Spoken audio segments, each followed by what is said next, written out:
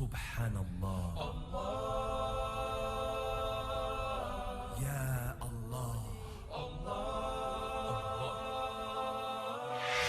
الله أكبر.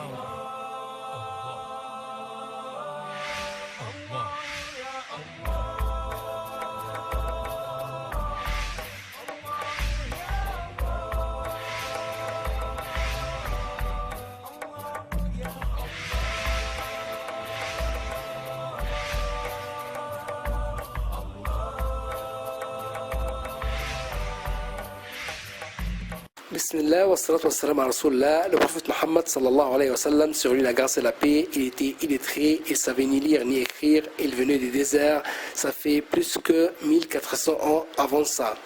Et aujourd'hui, notre frère suisse converti à l'islam, il va nous parler, Inch'Allah, de un des miracles scientifiques qui sont découverts dans nos Corans. Au nom de Dieu, le tout clément, le tout miséricordieux, laissez la moisson en épi. Il est dit dans le Saint-Coran, « Ô toi, Youssef, Joseph, le véridique, éclaire-nous au sujet de 7 vaches grasses que mangent 7 autres très maigres, et 7 épis verts et autant d'autres, secs, afin que je retourne aux gens et qu'ils sachent l'interprétation exacte du rêve. » Alors Joseph dit, « Vous sèmerez pendant 7 années consécutives. Tout ce que vous aurez moissonné, laissez-le en épi, sauf le peu que vous consommerez. Viendront ensuite 7 années de disette qui consommeront tout ce que vous aurez amassé pour elles, sauf le peu que vous aurez réservé comme semence. Puis viendra après cela une année où les gens seront secourus par la pluie et iront au pressoir. » Sourate Youssef, versets 46 à 49. La vérité scientifique. Stocker les grains en épis est un système fondamental de préservation de la production dans des environnements très hostiles. Ces directives englobent l'agriculture, les techniques de stockage et de préservation de la production, autrement les techniques de gestion de la production. Le docteur Abdelmajid Belabid et ses collègues de l'université de Rabat au Maroc ont fait une étude expérimentale sur des grains de blé conservés en épis.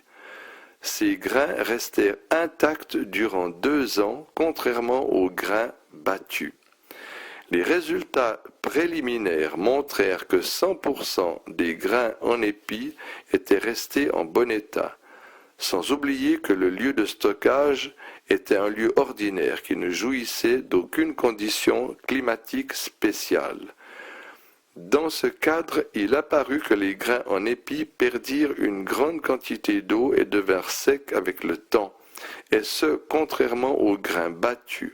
Autrement dit, l'on se rendit compte que le blé battu était constitué de 20% d'eau, ce qui a un effet néfaste sur sa productivité, sa croissance et sa valeur nutritive, car l'eau favorise son pourrissement et sa détérioration.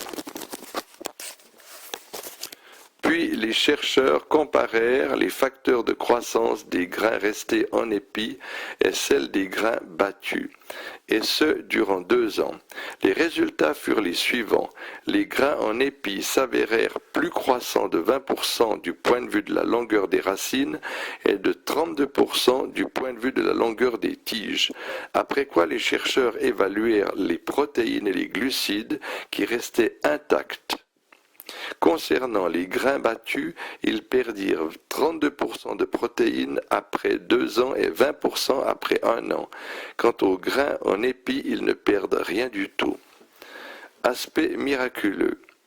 Il est dit dans le Saint-Coran, « Tout ce que vous aurez moissonné, laissez-le en épi », ce qui veut dire que préserver les grains en épi est la bonne méthode de préservation des grains à long terme. Il y a 2 remarques scientifiques qui ont trait à ce verset. La première, la détermination de la productivité des semences à 15 ans réparties comme suit. 7 années de vaches grasses, pendant lesquelles les gens sèmeront et récolteront sans coup férir, suivies de 7 années de vaches maigres qui seront suivies de l'année du retour à la fertilité, au bout de laquelle les gens se rendront au pressoir. Et ces expériences scientifiques ont prouvé que les semences gardent leur facteur de productivité et de croissance durant 15 ans au maximum. Deuxièmement, le procédé de stockage mentionné dans le Coran en ces termes, tout ce que vous aurez moissonné, laissez-le en épi, est le procédé qui s'avéra dans l'étude expérimentale comme le procédé le plus fiable. Ainsi devint-il évident que la meilleure méthode de stockage est la méthode indiquée par le prophète d'Allah, Youssef, salut sur lui, méthode qu'il tint de la révélation divine. Il va de soi que cette méthode était méconnue auparavant, notamment chez les anciens Égyptiens qui conservaient les grains après battage. Mentionner ainsi la bonne méthode est l'un des aspects miraculeux de ce verset coranique qui prouve encore une fois de plus la précision et la justesse des informations contenues dans le Coran et partant la vérité irrévocable que le Coran est une révélation d'Allah.